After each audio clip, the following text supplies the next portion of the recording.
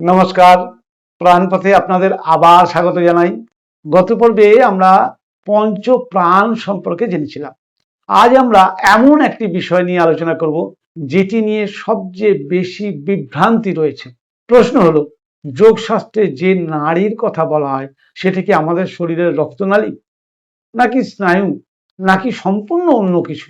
অনেকেই বলেন মানুষের শরীরে ৭২,০০০ নাড়ি আছে, কেউ বলেন ৩,৫০,০০০ নাড়ি আছে। আবার বিভিন্ন গ্রন্থে বিভিন্ন সংখ্যাও পাওয়া যায়। তাহলে কি সত্যি আমাদের শরীরে হাজার হাজার অদৃশ্য নালী আছে? চলুন আজ এই বিষয়টা খুব সহজ ভাষায় বোঝার চেষ্টা করি। প্রথমেই একটি বিষয় পরিষ্কার করে নেওয়া দরকার। যোগশাস্ত্রে নাড়ি বলতে আধুনিক অ্যানাটমির ধমনী, শিরা বা স্নায়ুকে বোঝানো হয় এমন দাবি করা কিন্তু ঠিক হবে না।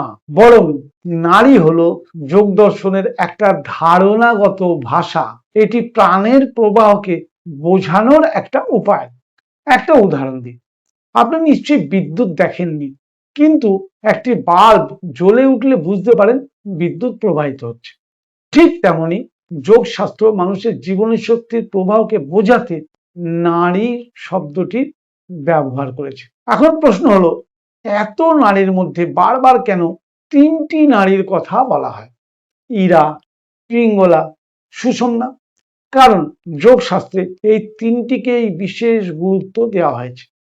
প্রথমে আসি ইরা নারীতে। প্রাচীন গ্রন্থে বলা হয়েছে ইরা চন্দ্রের গুণের প্রতীক।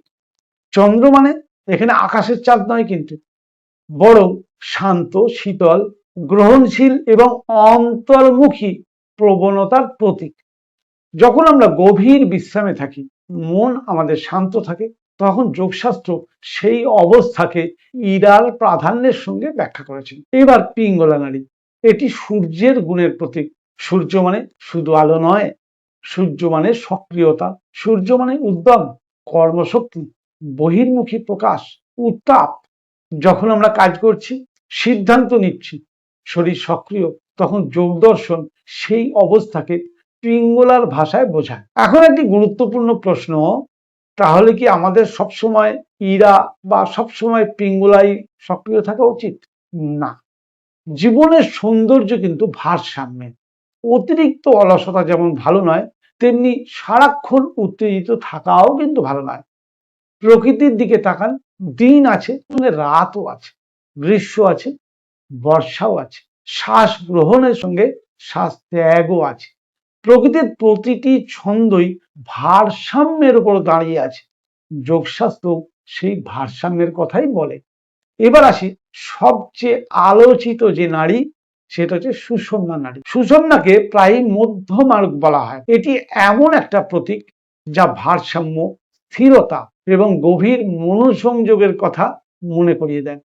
অনেক যোগ গ্রন্থে বলা হয়েছে, যখন ইরা ও পিঙ্গলার মধ্যে একটি সুন্দর সামঞ্জস্য তৈরি হয়, তখন সুষুম্নার পথ উন্মুক্ত হওয়ার কথা বলা হয়। এখানে একটি বিষয় খুব গুরুত্বপূর্ণ, এটিকে শরীরের কোনো দৃশ্যমান নল হিসাবে বর্ণনা করার দরকার নেই, বরং এটি যোগ সাধনার একটি গভীর অভিজ্ঞতাকে বোঝানোর ভাষা। বন্ধুরা, এখন হয়তো আপনার মনে আর একটা প্রশ্ন এসেছে, আমরা কিভাবে বুঝবো আমাদের জীবনে ভারসাম্য আছে কিনা? নিজেকেই কয়েকটা প্রশ্ন করুন। আমি কি খুব সহজেই রেগে যাই? আমি কি সবসময় ক্লান্ত বোধ করি? আমি কি বিশ্রাম নিতেই পারি না? আমি কি কাজের সময় মনোযোগ ধরে রাখতে পারি না?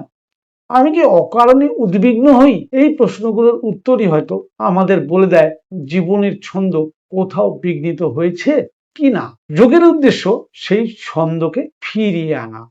এই জন্যেই প্রাণায়ামের আগে যমের আগে নিয়ম, নিয়মের পর আসন, তারপরে প্রাণায়াম। এই ধাপে ধাপে এগোনোর মধ্যেই রয়েছে গভীর প্রজ্ঞা। আজকাল অনেকেই সরাসরি উন্নত প্রাণায়াম বা কুণ্ডলিনী নিয়ে আলোচনা শুরু করেন, কিন্তু যদি ভিত মজবুত না হয়, তাহলে সেই জ্ঞান শুধু তথ্যই হয়ে যায়, উপলব্ধি হয় না।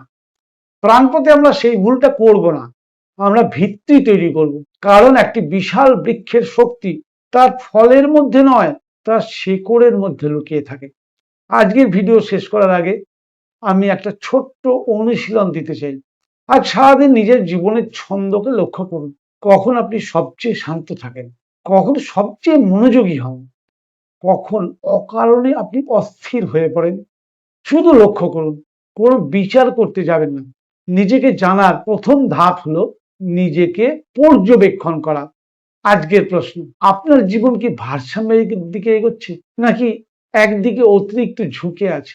হয়তো যোগের প্রকৃত শুরু এই প্রশ্ন থেকেই। পরবর্তী পর্বে প্রাণপথে আমরা আবার জানবো, শ্বাস কি সবসময় দুই নাক দিয়ে সমানভাবে প্রবাহিত হয়, সরযোগের ধারণা এবং আয়ুর্বেদিক পর্যবেক্ষণ আমাদের কি বলে। সেখানে আমরা একটা অত্যন্ত আকর্ষণীয় বিষয় নিয়ে আলোচনা করব, যা ভবিষ্যতে নারী শোধন প্রাণায়াম বোঝার ভিত্তি তৈরি করবে। সেই পর্যন্ত ভালো থাকুন, সচেতন থাকুন, আর মনে রাখবেন, যোগ শুধু শরীরকে নয়, জীবনকেও ভারসাম্য শেখায়।